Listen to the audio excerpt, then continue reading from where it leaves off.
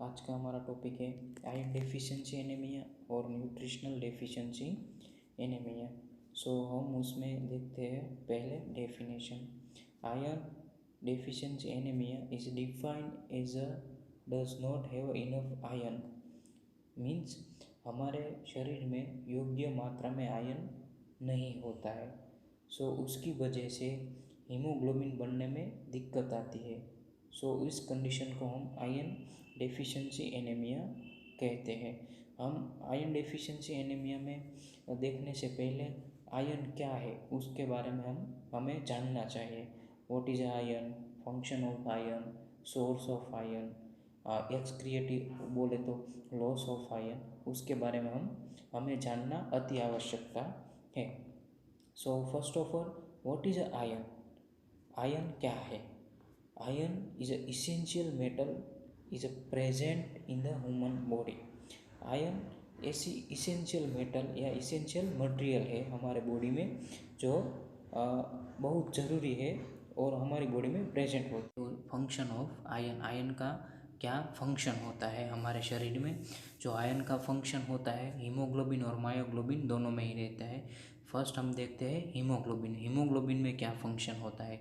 जब हीमोग्लोबिन में हीम और ग्लोबिन दोनों पार्ट रहते हैं, जो हीम वाला पार्ट होता है वो आयरन से बना होता है। उसका फंक्शन क्या होता है कि लंग्स से लेकर हमारे शरीर में ऑल पार्ट में ऑक्सीजन का ट्रांसफ़र करना। वो 80% फंक्शन हीमोग्लोबिन में रहता है और 20% फंक्शन मायोग्लोबिन में रहता है। मायोग्लोबिन का क्या फंक्शन होता है? जो हमारे ऑक्सीजन का ट्रांसफ़र करता है वो मसल और टिश्यू तक ही करता है। अब देखते हैं स्टोरेज ऑफ आयरन, कि आयरन कौन कौन सी रीत से हमारे शरीर में स्टोर होता है। Iron is the bound to protein and store in the body mainly two form first फेरिटिनिन, सेकेंड हिमोसिडिनिन। जो आयरन होता है वो हमारे शरीर में पहले प्रोटीन के साथ बाइंड होता है और बाद में ही स्टोर होता है। मेनली 2 फॉर्म से ही स्टोर होता है, फर्स्ट फेरिटिनिन और सेकेंड होता है हिमोसिडिनिन। और फ्री आयरन, फ्री आयरन क्या होता है? जो प्रोटीन के साथ बाइंड नहीं होते, वो आयरन हमारे शरीर में हाईली टॉक्सिक होते हैं क्योंकि वो जो टिश्यू होती है उसको डैमेज करते हैं। अब हम देखते हैं डेली रिक्वायरमेंट। प्रतिदिन की आयरन की रिक्वायरमेंट कितनी होती है हमारे शरीर में? जो मेल होता है उसमें 5 to 10 mg पर डे होती है और जो फीमेल होती है उसमें 20 mg पर डे होती है। अब हम देखते हैं उसका सोर्स ऑफ आयरन। कौन कौन से सोर्सेस होते हैं जो हमें आयरन प्राप्त होते हैं उसमें से। फर्स्ट एनिमल प्रोडक्ट और वेजिटेबल, ये दोनों में ही आयरन हमें प्राप्त होते हैं। एनिमल प्रोडक्ट जैसे कि फ़िश, एग, मीट, ऐसी सब चीज़ों में आयरन हमें प्राप्त होता है। और जो वेजिटेबल प्रोडक्ट होती है जैसे कि स्पिंच, पीज, स्वीट पोटैटो, ऐसी सब वेजिटेबल प्रोडक्ट में हमें आयरन प्राप्त होते हैं। अब हम देखते हैं उसका एब्जॉर्प्शन ऑफ आयरन। कौन कौन से ऑर्गन में हमारा आयरन एब्जॉर्ब होता है? फर्स्ट डिओडिनम और सेकंड है प्रॉक्सिमल जेजुनियम। ये दोनों ऑर्गन में हमारा आयरन का एब्जॉर्प्शन होता है। अब हम देखते हैं उसका लॉस ऑफ आयरन। हमारे शरीर में कितने प्रतिशत और कितने अमाउंट में आयरन लॉस होता है? 1 to 2 mg per day iron loss होता है। कौन कौन सी रीत से होता है? जो जैसे कि GI tract, skin, renal tubules, वो जो उसका एपिथेलियल शेल होता है वो शेड ऑफ होता है, उसकी वजह से। सेकंड होता है menstruation, third pregnancy, fourth multiple birth, ऐसी सभी कंडीशन में आयरन का लॉस होता है। अब हम देखते हैं उसका cause of iron. Iron deficiency होने का क्या क्या कारण होते हैं? उसमें मेन फर्स्ट रीज़न होता है जो डिक्रीज आयरन इनटेक, आयरन का डिक्रीज इनटेक करना। वो कौन कौन सी कंडीशन में होता है?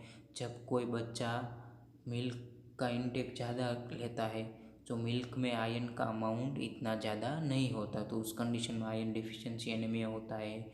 सेकेंड होता है इम्प्रॉपर डाइट, जो डाइट को प्रॉपर से नहीं लेते, सो उस कंडीशन में आयरन डिफिशिएंसी एनीमिया होता है। और लोअर सोशो इकोनॉमिक सेक्शन में जो जिस पर्सन का सोशो इकोनॉमिक स्टेटस बहुत लोअर है, सो उस कंडीशन में आयरन डिफिशिएंसी एनीमिया होने का चांसेस रहता है। अब सेकेंड वाली कंडीशन क्या होती है, डिक्रीज एब्जॉर्प्शन ऑफ आयरन। बोले तो हमारे शरीर में आयरन का एब्जॉर्ब ही नहीं होता, तो उस कंडीशन में आयरन डिफिशिएंसी एनीमिया होता है। जैसे कि टोटल और पार्शियल गैस्ट्रेक्टोमी, ये सारी कंडीशन में आयरन का एब्जॉर्प्शन नहीं होता, तो उसकी वजह से क्या होता है, आयरन डिफिशिएंसी एनीमिया। थर्ड देखते हैं इंक्रीज डिमांड ऑफ आयरन। अब सम कंडीशन ऐसी क्रिएट होती है, उस कंडीशन में हमें आयरन का डिमांड बहुत ज़्यादा बढ़ जाता है। वो कौन कौन सी कंडीशन है, जैसे कि प्रेगनेंसी और लैक्टेशन, ये दोनों कंडीशन में हमारे शरीर में आयरन का इंटेक बढ़ जाता है, और उस समय हम प्रॉपर तरह से आयरन इंटेक नहीं करते हैं, तो उसकी वजह से आयरन डिफिशिएंसी होने का चांसेस रहता है। और फोर्थ वाला पार्ट ए है iron increase iron loss. Iron का लॉस ज़्यादा होता है कौन कौन सी कंडीशन में, जैसे कि हुकवर्म जैसा इन्फेक्शन हो, नॉन स्टेरॉयडल ड्रग हम ज़्यादा से ज़्यादा कंज्यूम करते हैं, रीनल और ब्लैडर का ट्यूमर हो, मेनोरेजिया, यूट्राइन कैंसर जैसी कंडीशन में आयरन का जो लॉस ज़्यादा होता है, तो उसकी वजह से हमें आयरन डिफिशिएंसी होने का चांसेस रहता है। अब हम देखते हैं उसका क्लिनिकल फीचर्स। सो गाइस, इसमें स्पेशल कैरेक्टर फीचर्स ही मैंने नोट किए हैं, जैसे कि pica. So what is a pica, जो पेशेंट होते हैं उसको डिज़ायर होती है अनन्यूट्रिशनल वैल्यू का, जिसमें कोई न्यूट्रिशनल वैल्यू ना हो, ऐसी चीज़ लेने का, उस चीज़ इनटेक करने का उसको डिज़ायर होती है। एंगुलर स्टोमेटाइटिस होता है, ब्रिटल फिंगल नेल्स, जो नेल होता है वो ब्रिटल होता है और स्पून टाइप नेल होता है, और कई कभार एलोपेशिया की कंडीशन होती है। और जो आयरन डिफिशिएंसी एनीमिया होता है उसमें खास दिखने को मिलता है जो प्लम्बर विंजन सिंड्रोम और पैटरसन ब्राउन केली।